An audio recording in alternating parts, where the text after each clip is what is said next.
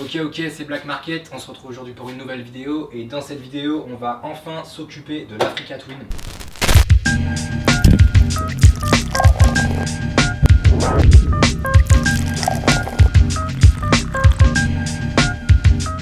C'est une moto qui va pas tarder à reprendre la route, qui va repartir en road trip. Et du coup, petite info, départ mi-juin. Voilà, ça c'est dit. Le lieu je dis pas encore, on en parlera plus tard. Donc ça nous laisse un peu moins de 2 mois pour la préparer à 100%. Là clairement va pas falloir chômer parce qu'il y a du boulot. C'est un road trip en fait qui va être mixte dans le sens où à l'inverse des Balkans on avait quasiment que de la route.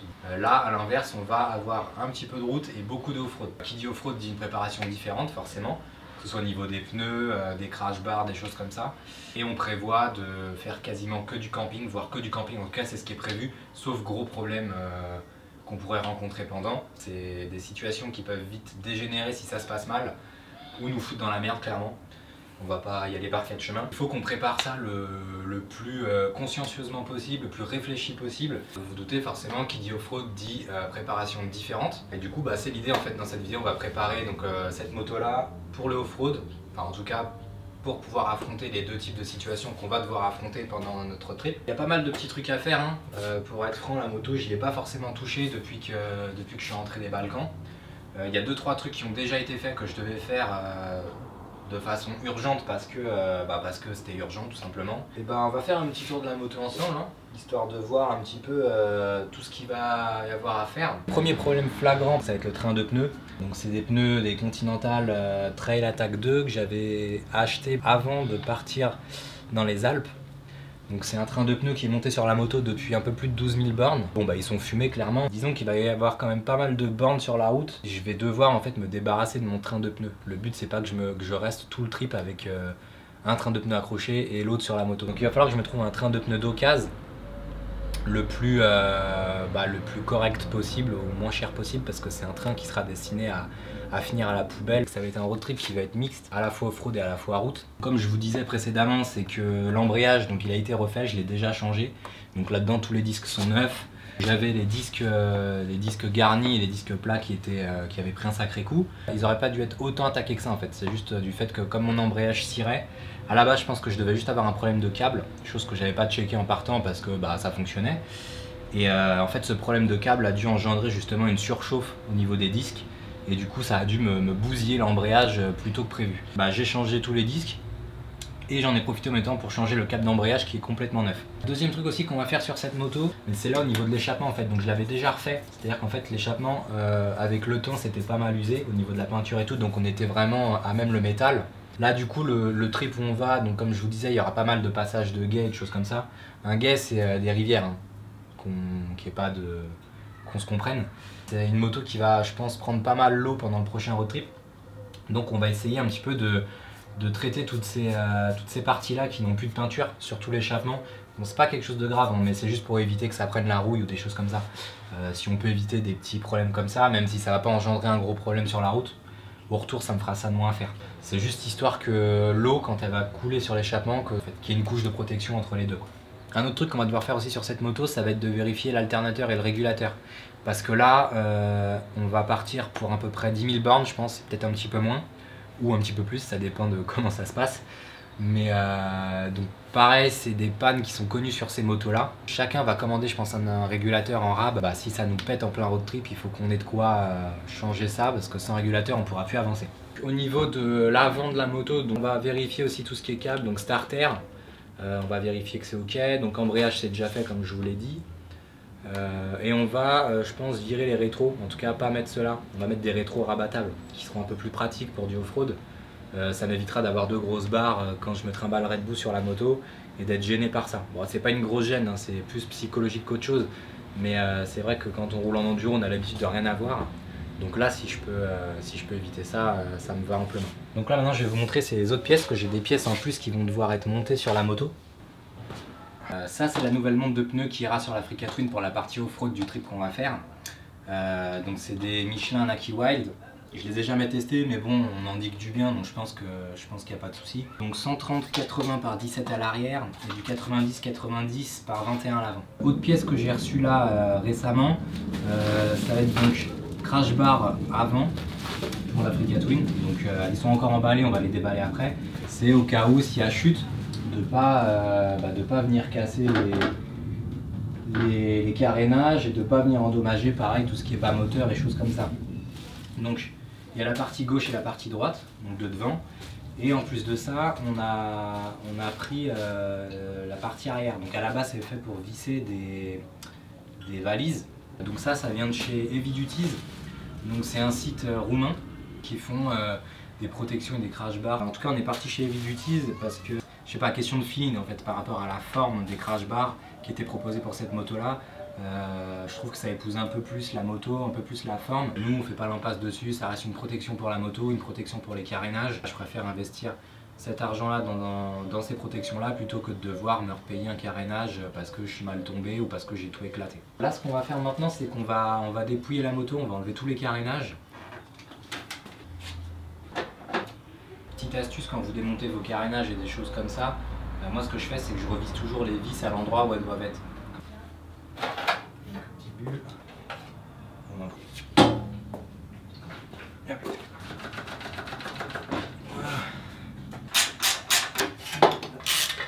Des fois il y a certaines zones un peu plus compliquées à accéder, du coup c'est le même outil mais bon, taille petite et grosse taille. Donc là j'étais obligé de prendre un comme ça pour pouvoir y arriver. Ce que je disais dans mon ancien talk où je disais voilà, quand vous démontez votre moto, vous prenez un outil, vous le mettez de côté. Donc concrètement c'est dans un cas comme ça en fait. Quand vous êtes en train de bricoler votre moto comme ça en démontant tout, faites bien attention aux outils que vous utilisez et bien les mettre de côté à chaque fois pour voir un petit peu les outils qui reviennent. Moi je suis quand même agréablement surpris, il n'y a pas de point de rouille, il n'y a pas de... Enfin elle est saine en fait de la moto quoi. Au niveau du cadre, bon il a été un petit peu maquillé entre guillemets, dans le sens où il y a des petits points de rouille qui ont été un petit peu grattés et repeints à la bombe ou au pinceau, je sais pas trop ce que c'était. C'est pas l'ancien proprio qui l'a masqué en fait, c'est vraiment... Je pense que ça a été fait vraiment dans un but d'empêcher que la moto rouille, que le cadre rouille bêtement, et pas du tout dans un but d'être masqué. Donc là vous avez un petit peu toutes les pièces qu'on a démontées ensemble de l'Africa Twin.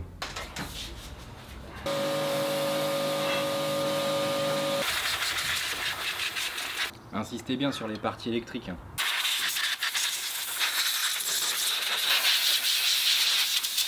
Vous relevez le mécanisme, petit coup de spray, et vous le faites bouger un petit peu comme ça. Pareil, hein, vous pouvez en mettre sur le bloc moteur, ça va créer une petite pellicule, ça chasse l'eau. Vous voyez, vous prenez une petite noisette comme ça. Au niveau du câble, hop, vous en passez sur tout le câble et au niveau de la boule. L'important c'est que ce soit toujours graissé, comme ça il n'y a pas de souci, les câbles tiennent plus longtemps, ils vont pas s'oxyder. Donc moi il y a un tout petit peu de corrosion qui s'est formée, donc ce que je fais c'est que je prends un petit peu de toile émery comme ça, on va frotter l'écosse, juste histoire de les nettoyer et qu'elles soient nickel, et ensuite on remet un coup de graisse. Donc vous frottez l'écosse de la batterie et vous frottez les câbles aussi, l'intérieur. Parce que ça c'est un truc tout con, mais des fois votre moto elle peut ne plus démarrer, et on peut penser à une panne de batterie ou une panne plus grave alors que des fois c'est juste les cosses qui sont oxydées. Donc un petit coup de toile émery, on nettoie ça, on regraisse, ça évite le problème. On fait la même avec la deuxième cosse. C'est du nettoyant contact, c'est un produit spécial en fait pour pouvoir nettoyer les cosses comme ça. Vous mettez un petit coup de spray dedans comme ça. On va faire ça pour tous les branchements électriques en fait qu'on voit. Ça va nous permettre en fait déjà de vérifier que les cosses sont en bon état, que les câbles aussi sont en bon état. Et du coup de lubrifier tout ça et de nettoyer si jamais il y a un petit souci. Donc ça prend un peu de temps, c'est chiant à faire, hein, je vous l'accorde, mais bon, vaut mieux vérifier toutes ces petites parties électriques parce que c'est le genre de truc pareil, si jamais il y a un souci en road trip, ça peut venir de conneries comme ça des fois. Donc c'est important de prendre le temps de vérifier tout ça, même si je vous l'accorde c'est grave chiant. Moi le premier, je déteste l'électricité, j'y comprends pas grand chose, j'anticipe un maximum. Donc j'ai fini de monter les crash bars. Donc petite mise au point sur ça, hein. Très simple à monter. Là on a celui de gauche et là on a celui de droite. Donc là je suis en train de bricoler la poignée de gaz, elle a tendance à coincer un petit peu. Pas grand chose, mais elle revient pas comme elle devrait revenir normalement. Donc ça pareil c'est le genre de truc, avant de partir en trip, vérifiez bien tout ce qui est câble de gaz et le jeu que la poignée peut avoir, parce qu'il faut toujours qu'elle ait un petit jeu. Et aussi vérifier l'état, tout simplement l'état général, parce que bon, si vous pétez votre accélérateur, vous n'allez pas avancer violemment, quoi, vous voyez ce que je veux dire. Contrôle des câbles, donc aller et retour. Donc moi ils ont l'air d'être en bon état, il n'y a pas de souci. Il faut bien vérifier, c'est qu'au niveau du câblage, qu'il n'y ait pas de câble sectionné ou un début de section, ou alors de la rouille ou des choses comme ça. Donc là c'est nickel, ils ont l'air d'être en bon état. Donc ce qu'on va faire, c'est qu'on va regresser tout ça et les remonter. Comme ça. Donc ce sera... Donc ça c'est bon. Je viens de démonter l'étrier en fait de frein arrière. Et ce qu'on va faire, c'est que déjà on va nettoyer l'étrier, enlever la crasse qui est un petit peu dessus et tout. Et on va venir aussi sortir le piston qui est ici et on va le nettoyer complètement parce que ça peut être sujet à gripper en fait avec le temps. Comme ça. Petit coup de graisse sur l'axe. Une fois qu'on aura vidangé, surtout avant de repartir, n'oubliez pas d'appuyer sur le frein arrière jusqu'à ce que le piston vienne appuyer sur les plaquettes. Parce que là, si vous partez sans faire ça, pas de frein arrière. Donc il va falloir peut-être mettre, je sais pas, 5-6 coups, le temps que l'huile vienne bien pousser sur le piston pour vraiment venir écraser les plaquettes. Ça c'est super important. N'oubliez jamais ça parce que moi ça m'est déjà arrivé d'oublier de le faire. Et du coup, vous partez sur la route, vous avez besoin de freiner de l'arrière, il n'y a rien qui se passe.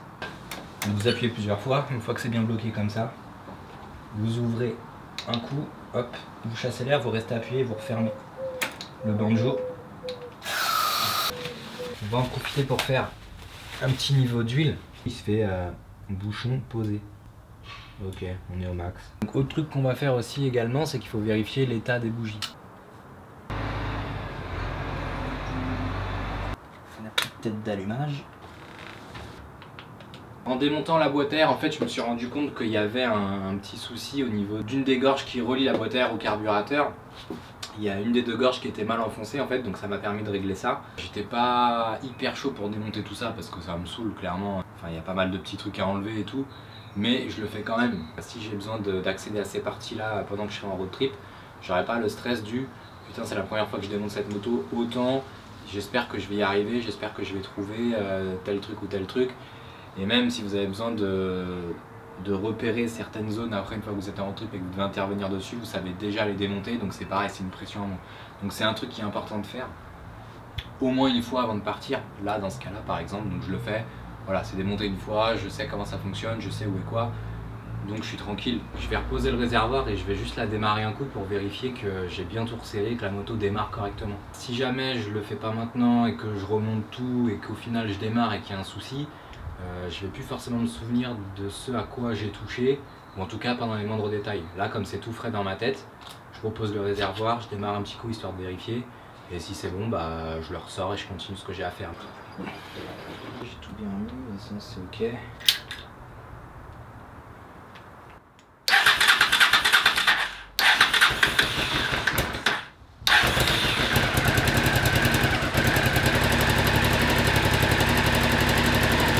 Cette fois-ci, on va s'occuper de mon problème de sonde. Mes témoins de vérification de niveau d'essence ne s'allument plus.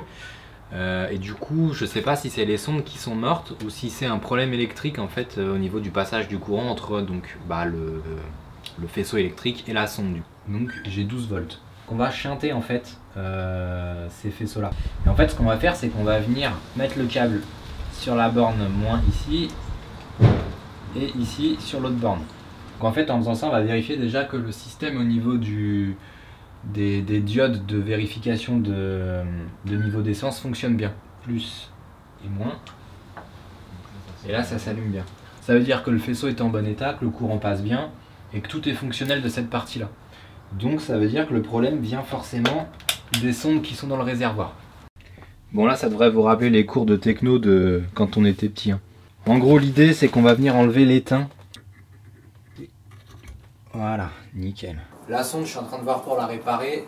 Si jamais je trouve une solution, je redémonterai le réservoir et je vais la changer. Je vais réussir à trouver la panne, mais j'ai du mal à trouver la pièce manquante. Je sais même pas si elle se détaille vraiment, donc je vais voir.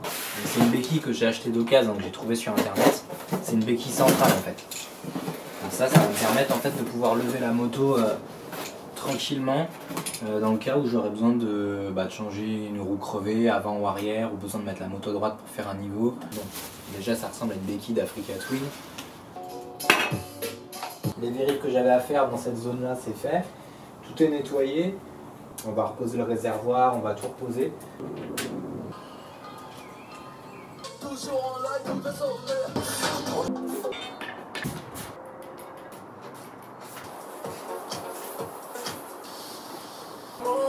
Dernière. Maintenant on va s'attaquer au changement des roulements de jeu de direction. Donc pour ça on va devoir démonter en fait, sortir toute la fourche et démonter le T supérieur, le T inférieur pour accéder au roulement. Ouh d'accord, ok. Est-ce qu'il est bien mis, Brian? On la descend vers le bas. Ah oui merde, j'ai oublié un truc.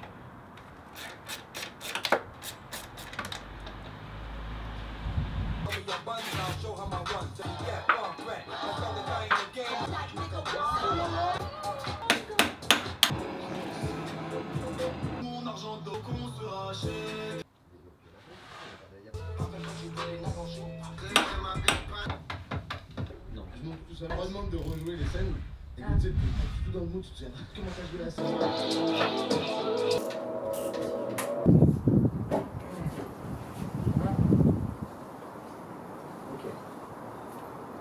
Donc je pense qu'on n'est pas trop mal au niveau de la préparation de cette moto pour partir en road trip. Ça reste très basique, hein. On n'est pas parti non plus dans des trucs hyper compliqués tout simplement parce que ça sert à rien. On peut pas prévoir toutes les pannes possibles. Là ce que j'ai fait là dans cette vidéo c'est ce que je fais pour toutes les motos que je prépare quand je pars en vacances avec. Je vous ai montré un petit peu comment est-ce que ça fonctionnait, la vérification de toutes les cosses, toutes les parties électriques, voir qu'il n'y ait pas de soucis, rien qui crame, pas de début de problème électrique.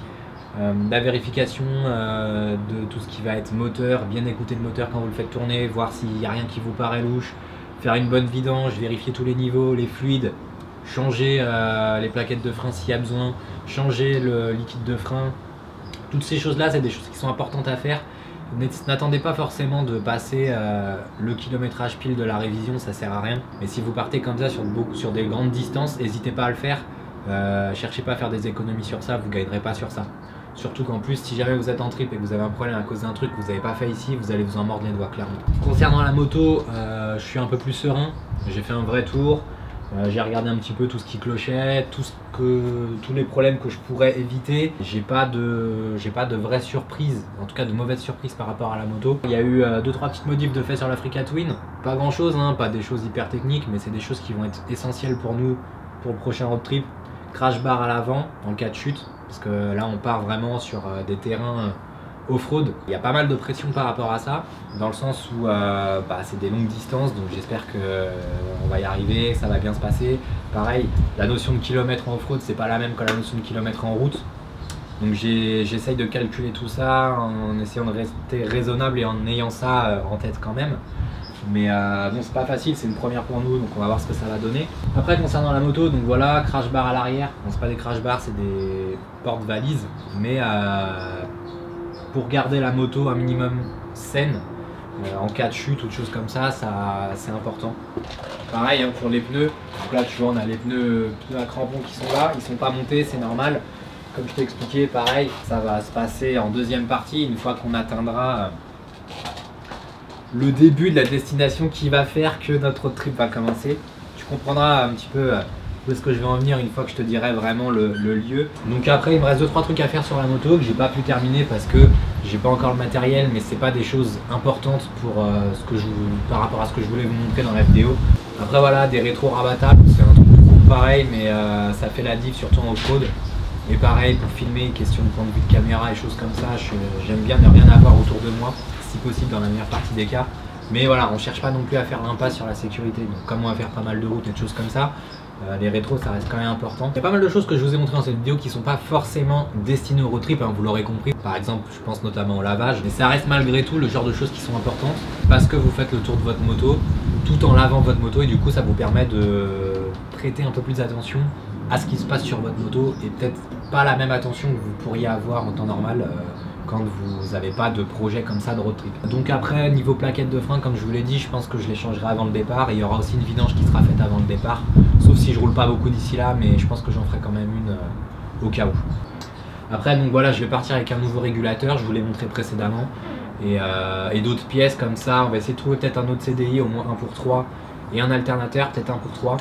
comme je vous ai expliqué, en cas de problème, on peut très vite se retrouver dans la merde. Et c'est vraiment la première des peurs que j'ai par rapport à ça, c'est que c'est un road trip où on va pas avoir le droit à l'erreur, en fait, tout simplement.